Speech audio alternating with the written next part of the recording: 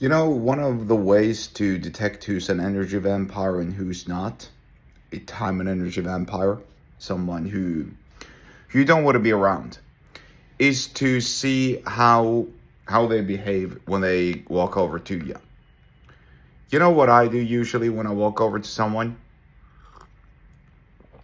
I start talking about them. I start asking about them. I start asking questions about them. I start learning things about them. And I always make sure that I can learn something from them. I don't do that well, let me put it like this. If I were a spy, that would have been a brilliant way of gathering information. Would have been a brilliant way to make people talk about themselves and reveal things that they shouldn't have done. That's actually a known spy tactic. Over months, perhaps over years, you befriend someone and you get close to them, and really you start paying attention to when they're sort of like talking about things that are off the record, in quotes. So that's one way of doing it, but I don't do that. Well, I don't work as a spy. Well, I kind of work as a spy, but in a good way. I work as a spy for me.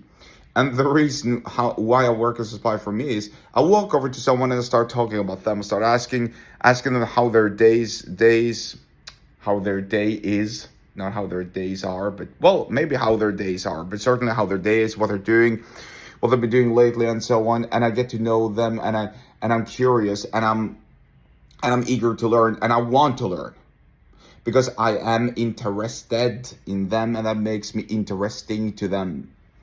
Because that's everything that time and energy vampires are not. You want to know what time and energy vampires do? By the way, if you're not watching, I'm routinely taking some coffee sip breaks. Apologies for slurping, but whatever. That's how it is at times. You want to know what energy vampires don't do? They don't walk over and ask you about you and about your day and about what you're up to. No, they they talk about themselves. They walk over to you and they start complaining about themselves. Oh, my life is horrible because this happened to me and I don't know what to do, and poor me, woe is me, I don't know what to do. Can you help? But I don't really know. I don't really like that you're giving me suggestions. I don't want you to give me tips and tricks for solving the problem. I want you to listen to my problems and feel sorry for me. Oh, wah, wah, wah. Woe is me. That's what energy vampires do all the time. That's why they're time and energy vampires. Because listen, nobody wants to hear about you complaining. Think about it. Nobody wants to hear about you complaining. Everyone has problems. I have problems. You have problems. Rich people have problems. Poor people have problems. Everyone has problems. One way or the other. Might not be big problems. Might be big problems. Might be problems that are difficult to solve and that will take some time. But everyone has some struggle to deal with. And that's fine. And I don't, and you don't want to hear about it. Because guess what?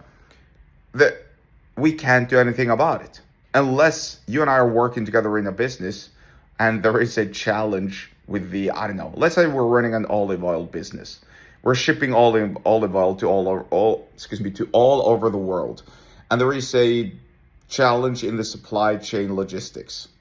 I don't know what it is. Then, of course, we need to sit down and we need to analyze it and find out what exactly that we're going to do. And that means that we need to address all the problems. But we're not doing it in a complaining manner. No, we're doing it in a solution-oriented manner. Yes, this is the issue. This is what's currently not working. We are going to explore the options for how to make it work, and then we're going to do it, and we're going to make it work. It might not be happening today. Maybe it's going to happen tomorrow.